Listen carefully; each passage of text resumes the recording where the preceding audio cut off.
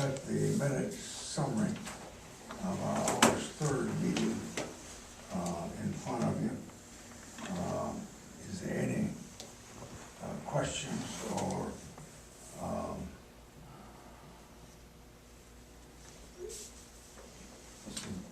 any comments about the minutes summary from our last meeting? Move to approve. Mr. Cox moves to be approved, second. Second. Mr. Britton, second. Any further discussion? If not, all those in favor, let it know by saying aye. Aye. All those opposed, no. Motion's carried. Okay, we want to begin with the reports, city. We've just finished the second two half-day planning retreats. Council has taken a couple of Fridays in the month of August and talked about several things. The big ones are the plans for the community center. We talked about the community's economic status and kind of where we're going with our budget and a number of projects. The community center, of course, is the biggest project we've got. It should go to bid in the next 6 weeks or so. We're working hard to get the specs ironed out and get the details squared away.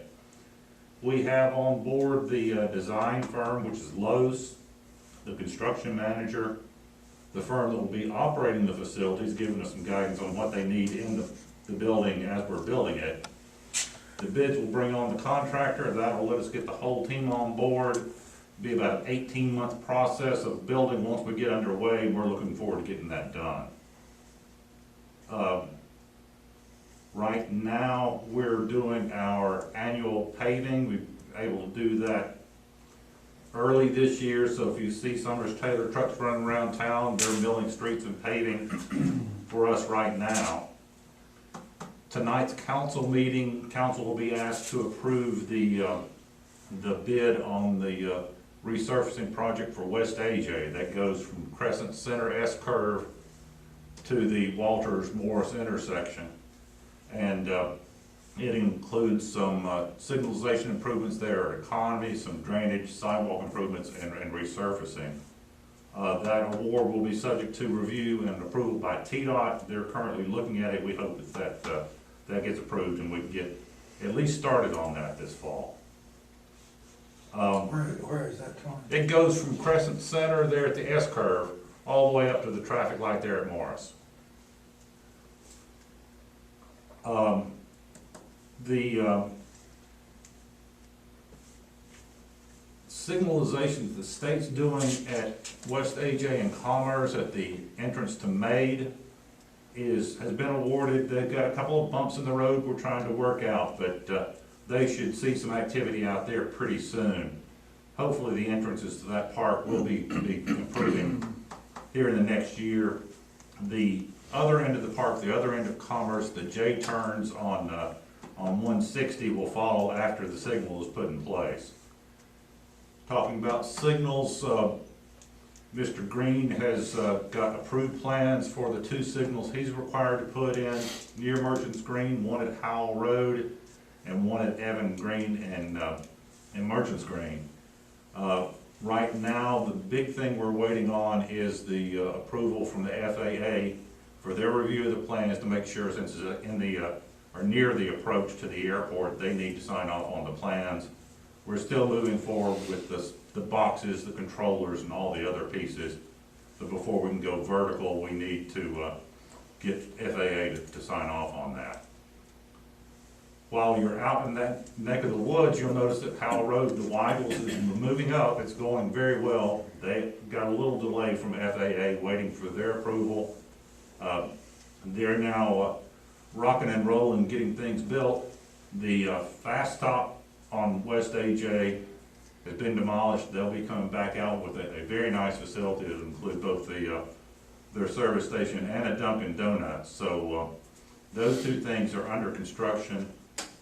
Farther out west on West AJ, the volunteer surgery on the old Clayton home site, they're grading and pouring footers for that. So even though we've got a slowing of the economy, commercial development continues to go. The housing projects we've got going, we're seeing still strong activity and interest in additional housing. The big ones are coming from Carlisle Development. He's got the single family out on the lake.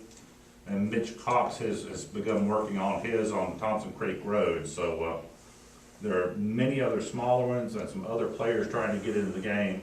There's a lot of people interested in building housing for our community. So we got a lot going on, even though there's some uncertainty with the economy. That's what I've got. Any questions of Tony? Anybody? Okay, Bill? Let's see, the census count ends at the end of this month. This is the last month for Census 2020. Hamilton County right now is at 66% response rate. Our goal's at 70%. We've sent postcards, postcard reminders to the low response areas, which are mostly in the southwest end of the city. And then, let's see, we're also pushing. Bill, explain that to me. In other words, if you have, you said they're at 60 cents with a goal of 70. Is that the mail-out ballots? Is that what you're talking about? Now, all right, this is the census. They're going door to door now. The census is going door to door, and there's also you can also fill out the form online as well. But they're sending folks door to door to the low response areas.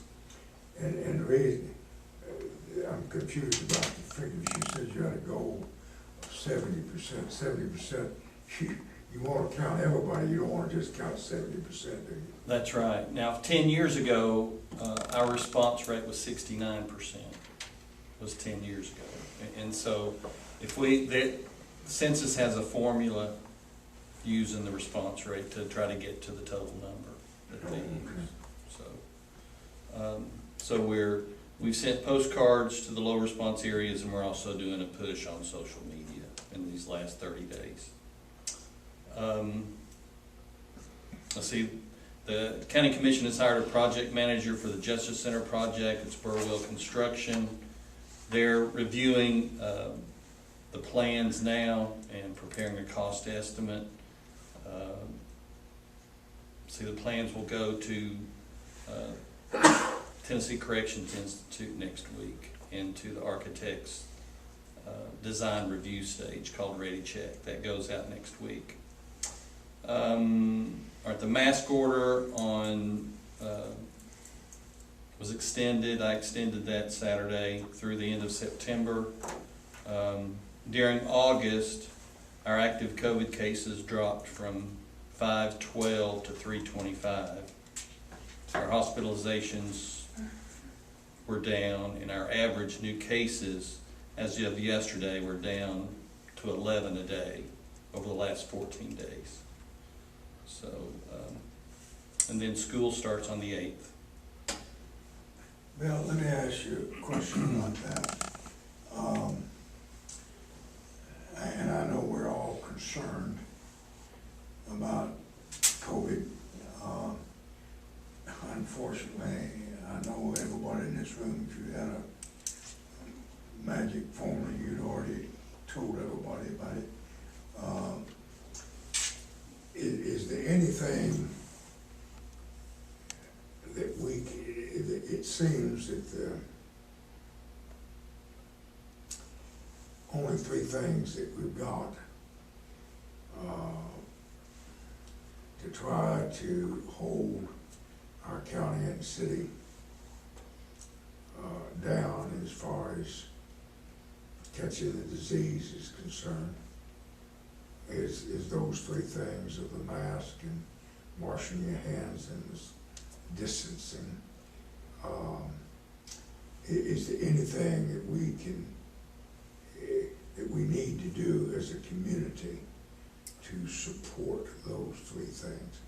Is there anything that we can do? And the reason I ask that question, really, I know it's not mandated, but for example, let's just say Olive Garden, or Cracker Barrel, or Albert's, any of the restaurants, and I don't know about the smaller ones, but even the larger ones, they've got a sign out front of all those places that says that they are asking people to follow the guidelines of the state.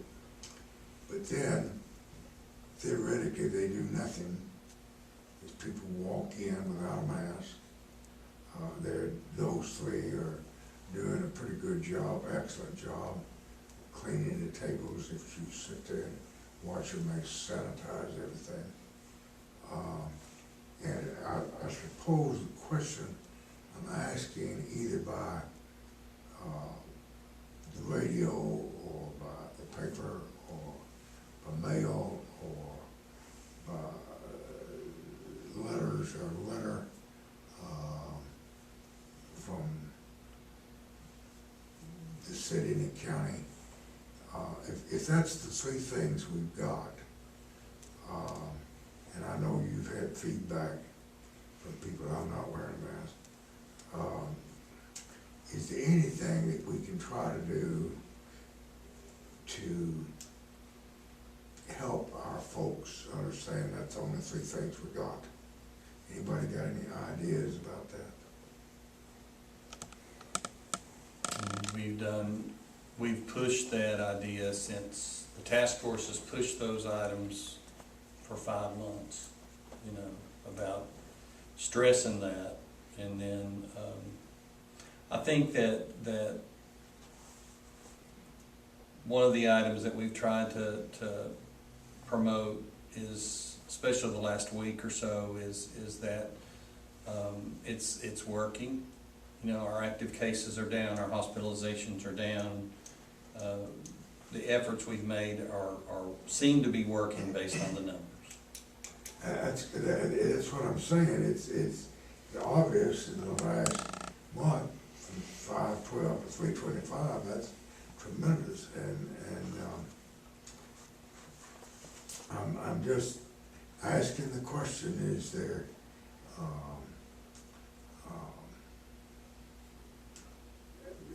and this may be very radical, I'm just asking a question, could Marshall, the chamber, do a special? I'm just throwing this up to be shot down. I mean, could the chamber, in essence, do a special prior to all its members? In essence, pointing out that these are the only three things that we've got, and encouraging the businesses to promote them and sponsor them and encourage them, and in essence put up signs or do whatever they need to do. Ask the question if people come in, would that be of any value, or will that make people madder, or what can we do to hold that figure, Bill, is what I'm asking, because when school starts,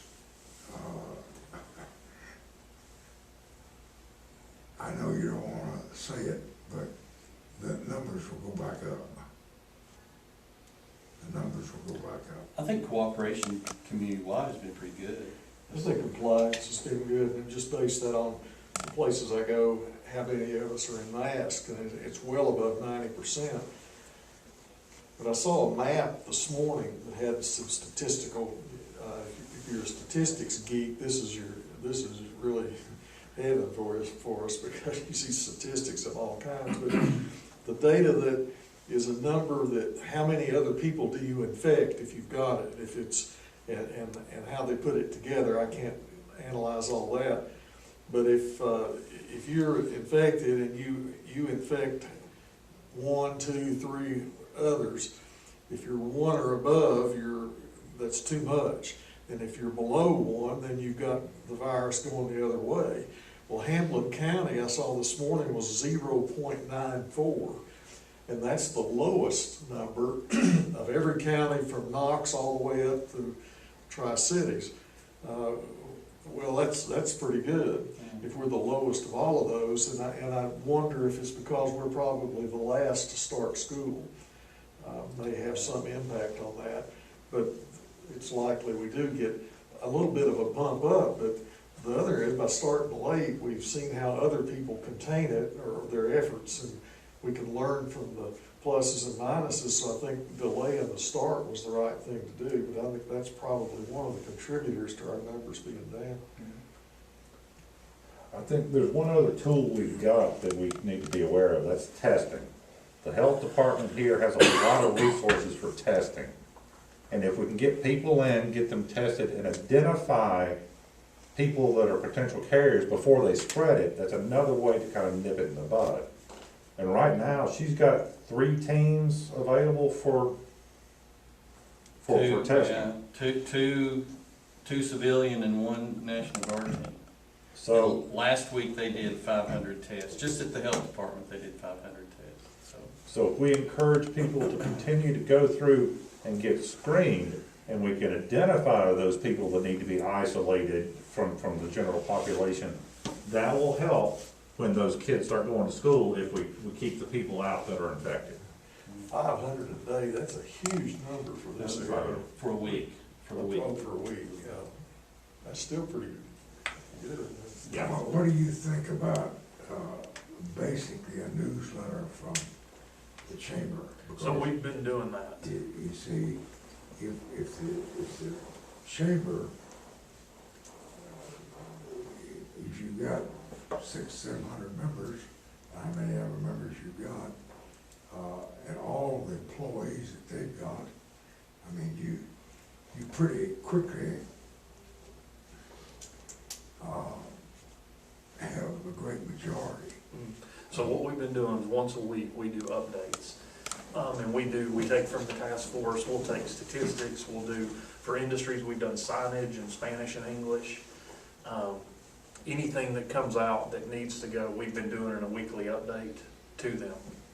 Well, and you see, I have some question about the figures, because just because people see the figures doesn't mean that they're gonna do stuff. I wish they did, but I don't think they do. And what I'm saying is, on a rather consistent basis, as we go into the fall, schools open up, it seems to me, not only from a health and death standpoint, but we need to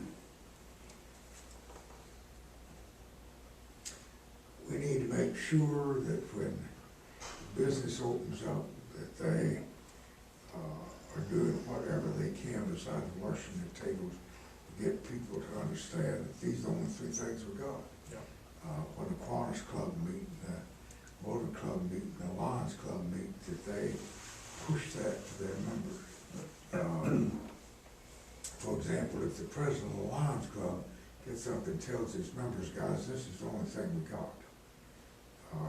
They may not like Bill, or they may not like me, or whatever the case may be, but it's not a question of we're trying to tell you something to do. It's a question of, can we solve a health problem, but likewise, can we keep the economy moving to where people can pay their light bill and pay their rent and et cetera. And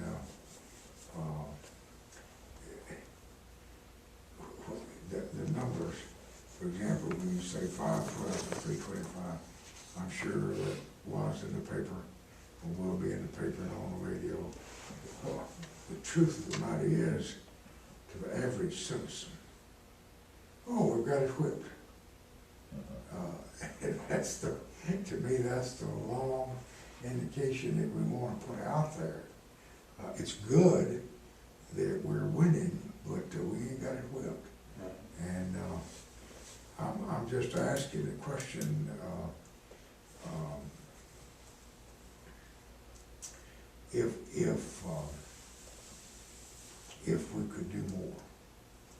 think, Jack, we're keeping it out in the public eye. You know, I think we're keeping it out, keeping reminders going through the media, through social media, through different organizations like the chamber. I think we're keeping it out there. And the message is we still have to be diligent on what we're doing. We can't stop. That's been the message. Things have improved, but we got to keep doing it because, and this is a phrase Dr. Perry said, and I just copied it and followed it, was we're not in a sprint, you know, we're in a marathon, you know, and dealing with this. So we just got to keep moving. Okay, anything else, Bill? No, sir. Okay, Marshall? I'll say on Bill's side that we've already gotten comments for business and industry. They appreciate the mask order. You know, they feel that protects their employees and, you know, they're really appreciative of it.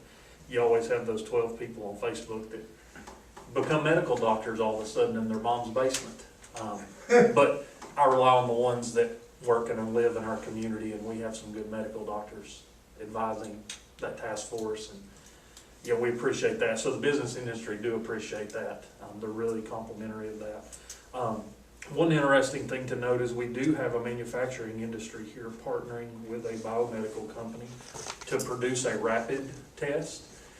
This test, as of right now, I think is approved by the National Institute of Health. I don't know if a press release came out on it yesterday or not. It was supposed to, but we'll see some more movement on that in a week or so. Their test, you think of it like a pregnancy test. It's self-contained. You don't mail off vials and wait for 24 or 48 hours. It's 15 minutes at max, but most tests are results in 2 to 4 minutes. So these are, like I said, they're self-contained units. The positivity percentage, essentially if you take the test and you're positive, this test is going to detect that 97% of the time. If you're negative, right now the results are 87%. So based on other rapid tests on the market, they see results 60 to 70%. So the results are much more accurate in this test that one of our local manufacturing industries is going to start making.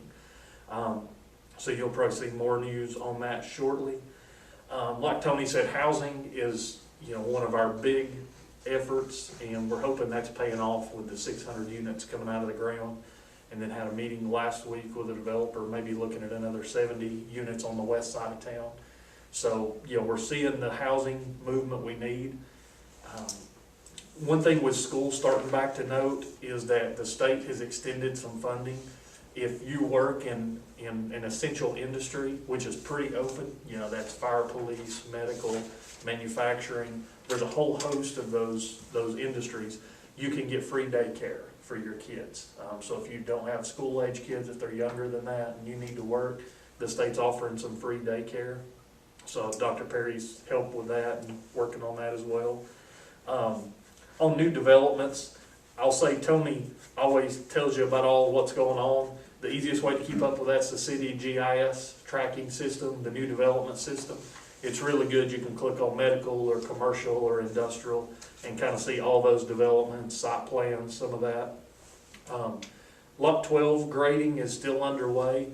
We did have a visit from one of our state recruitment people the other day that went out and checked it out and kind of made the comment, is this my next lot to sell? And I said, yeah, that's your baby. Go ahead and get it going. So that's going to be starting submitting on projects now. We'd like to have that sold before the grading's finished. Right now we have about 7 local industries looking at or in the process of expanding. So that's good. You know, seeing what's going on during COVID, we were hearing on average a 30% decrease in sales for the year. Since we've slightly recovered, most people's revenues seem to be up about 30%. So we went from expecting a 30% loss in manufacturing volume now to up 30% over expectation going into the year. So most industries have said they're doing great. Part of our challenge is we continue to incentivize people not to work by extending extra unemployment benefits. So we have multiple companies needing 50 to 100 people, And they're all being told, well, I won't come back to work because the government's gonna pay me more to stay at home than to work. So that's continued to happen. We've had, U.S. Secretary Scalia here with the Department of Labor, talked to him about it. He was in disbelief that that's even happening. And our industries went around the table and told him, the people have told us this personally, that they will not come back to work until our benefits are cut off. So that'll be a challenge, as you have these industries expanding. Everybody needs 50 to 100 people in manufacturing. That's not counting the restaurants, and you see the now hiring signs everywhere. As long as we continue to incentivize people to stay at home, they're gonna stay at home. So that's a challenge, and maybe it's not like that in the rest of the country, but here we have plenty of jobs if people are willing to work. You get people in other cities protesting about no jobs and, we need the unemployment. Here, we kind of need to cut some of that. So, I'll say on the community center as well, we've gotten some comments from industries that they appreciate that as our community grows. And it's interesting when we get prospects, the first thing they always ask, I want to go to your schools. What about they don't call it a community center, they call it a different thing, but they say, can we see that facility? Where can we have meetings? Where can we set up health plans for our employees? We get a lot of comments that people want to see that, and they're surprised that we don't have one. So that's another amenity that, from the industrial side, I'm a little greedy about. I'm excited about it, and that's all I have. Except when we're ready to cut a ribbon for the road on 66 next month, right? A month away. Well, in other words, we've run the announcement that it's gonna happen, I feel like we're gonna have a baby. I'm not sure when it's gonna be. But our gestation's been more like an elephant. I'm not recommending that you go up there and go around the barriers to see how well it's doing, but I did that a couple of Sundays ago. And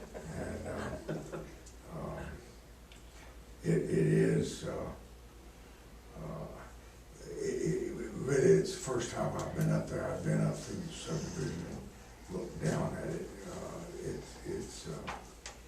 It's really a mammoth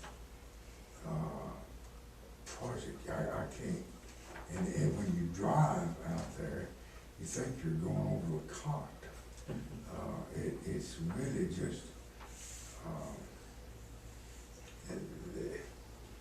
it's humongous, and I reckon they'll get it open pretty soon.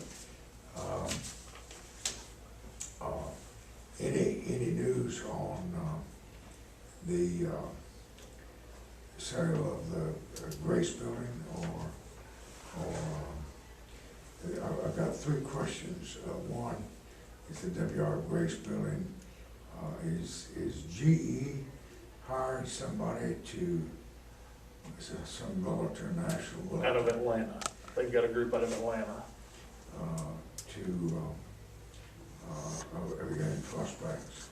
They've had some visits, but I don't know that anything's solid yet.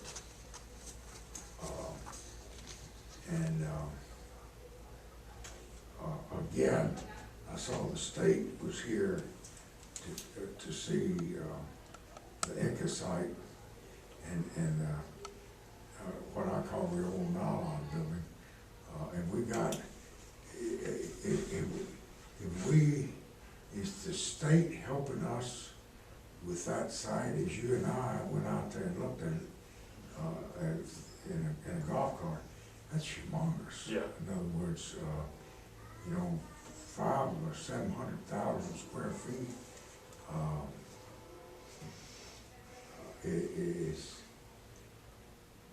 It's clean as it is, and with all the utilities there. The only thing that negative that I've heard that would hurt that would be they don't have the water for the fire protection. But likewise, I've been, if we get somebody out there, the power company will build a tank for for fire protection. You guys heard anything about that?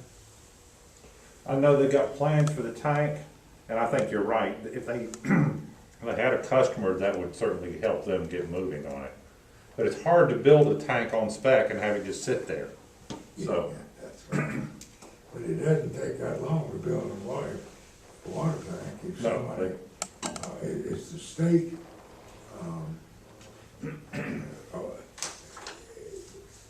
I know all the representatives were here, but the Economic Development Department aware that we've got that much space? Oh, yeah, they've been through it. Uh, Yeah, their representatives have been through it. Okay, and any prospects? Not, we've submitted it some, but nothing. A lot of it, the fire protection shoots it in the foot. Say that again. The fire protection a lot of times shoots it in the foot, because then, even then, there's only certain things you can store in it without the fire protection, much less manufacture in it. So it's kind of the chicken or the egg. Either you have the fire protection and you get a prospect, or you don't have the fire protection and you don't get anything. Do they understand that we can get the fire protection? Yes, yeah.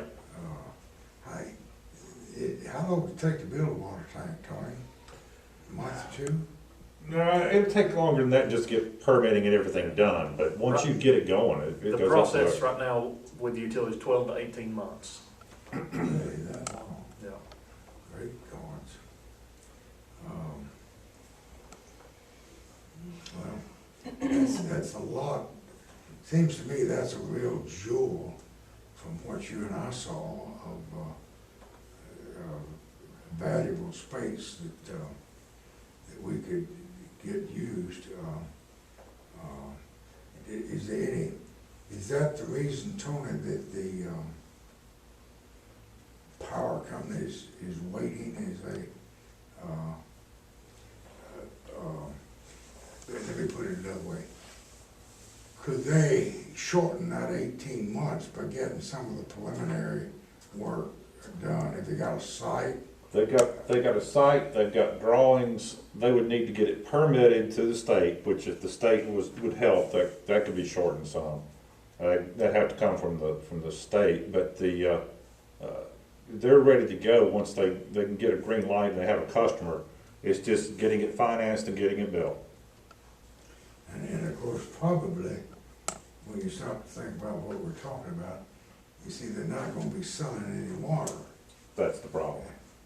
It's you're just building a storage tank for fire protection. So you really have no revenue, that's the problem. How much would that cost? They've got a number, I don't remember. 2 to 3 million. $2 to $3 million. Great gods. So yeah, you gotta have a pretty good user to justify that. Uh, You gotta have a pretty good user to justify that. Well, but they're not selling any water, they get no revenue, it's just a question of Yeah. providing the fire protection. Great gods. Yeah, we really need somebody down there that really wants to make things as opposed to warehouse things, but. Yeah. Yeah. Okay, is any other business come forward? Thank you very much, gentlemen, for entertaining a motion to adjourn. We'll move.